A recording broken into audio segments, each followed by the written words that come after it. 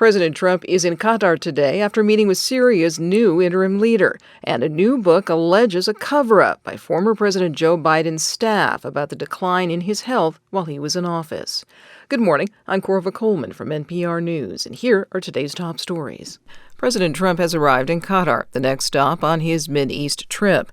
Today, he met with Syria's new interim leader. This comes after the former Syrian regime collapsed last fall after years of civil war. NPR's Aljaloud reports that earlier, Trump announced the U.S. will lift decades of sanctions on Syria. The meeting included Trump, the Saudi crown prince, and Turkey's president joining over the phone for half an hour with al-Sharaa, a man who just months ago was on the U.S. designated list of terrorists with a $10 million bounty on his head for ties with al-Qaeda and Islamic State group. But since rebel forces ousted longtime President Bashar Assad from power, al-Sharaa has switched from militia leader to statesman in a suit. And this new Syria says it's ready to build a relationship with the U.S. Trump says he heard from the leaders of Saudi Arabia and Turkey urging him to lift sanctions in order to give Syria a chance at rebuilding and pull it back from Iranian and Russian influence. U.S. sanctions were mostly hurting average Syrians, with an effect so far-reaching, hospitals couldn't import spare parts for machines or even fix their elevators. Aljaloud, NPR News, Riyadh, Saudi Arabia. Ukrainian President Volodymyr Zelenskyy confirms that he will be in Turkey tomorrow, and he'll be prepared for direct talks with Russian President Vladimir Putin. It's not clear if the Russian leader will make the trip. Ukraine is pushing Russia to agree to a 30-day ceasefire so that talks to stop the war in Ukraine can begin. NPR's Joanna Kakissis has more.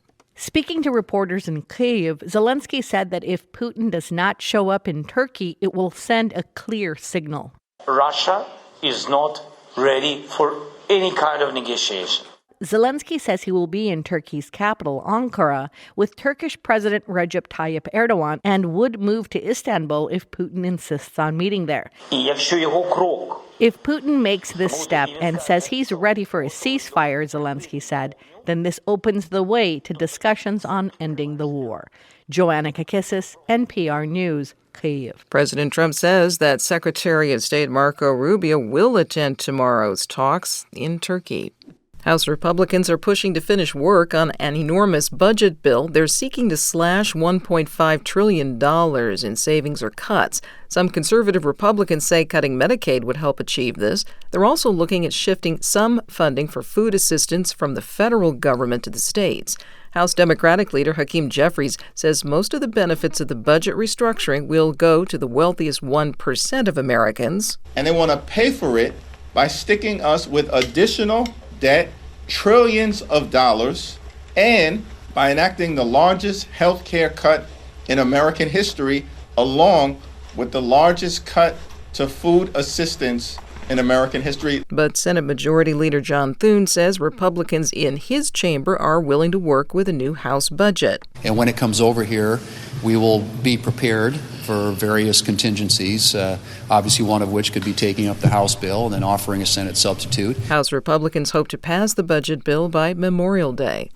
A new book alleges that the staff of former President Joe Biden did much to keep the public unaware of his declining health. The book is called Original Sin: President Biden's Decline, Its Cover-Up, and His Disastrous Choice to Run Again. It's by journalists Jake Tapper of CNN and Alex Thompson of Axios.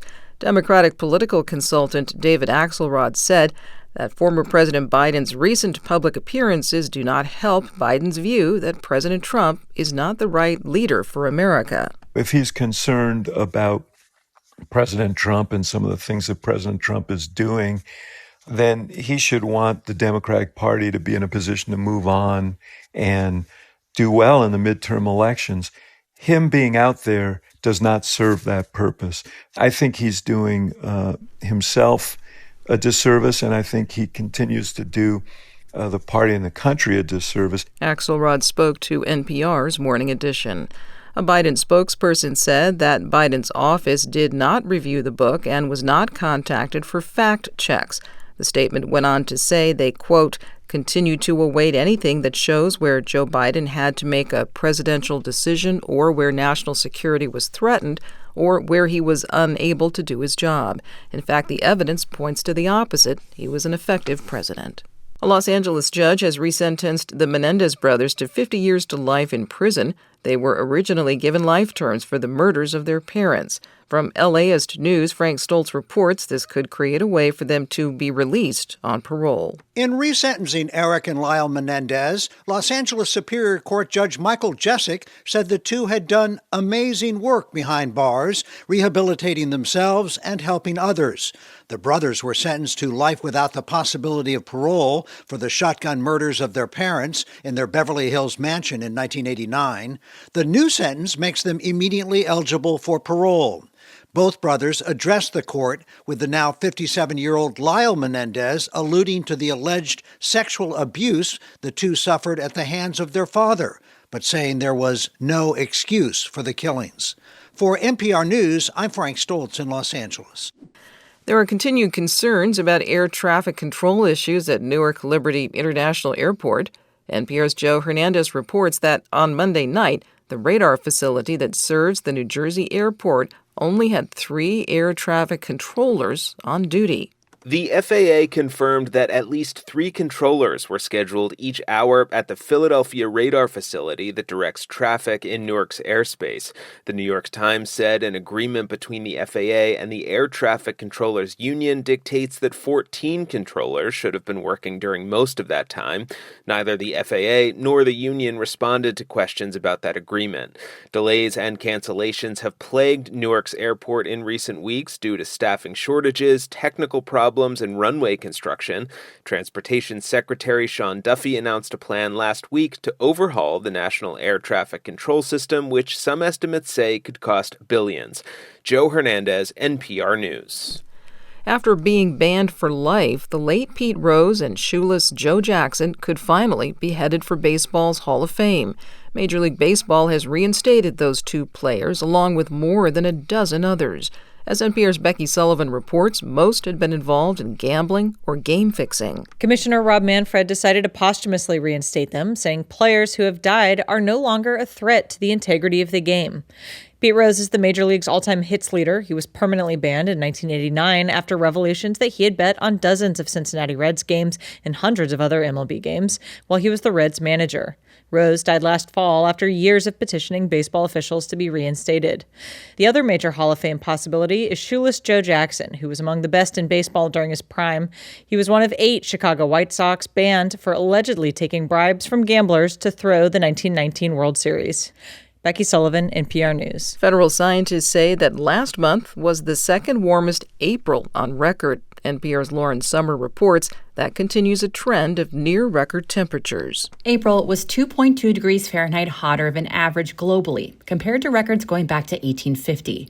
According to the National Oceanic and Atmospheric Administration, that puts it second to April of last year, which remains the hottest ever recorded. Snow cover in the Northern Hemisphere was also the smallest recorded, tying with last year. As humans emit greenhouse gases from burning fossil fuels, the planet is steadily heating up. The hottest 10 years in modern record-keeping have all been in the last 10 years. But NOAA doesn't expect 2025 to come in as the hottest. That's because a shift away from the natural climate pattern of El Niño has a slight cooling effect on the planet. Lauren Summer, NPR News. This is NPR.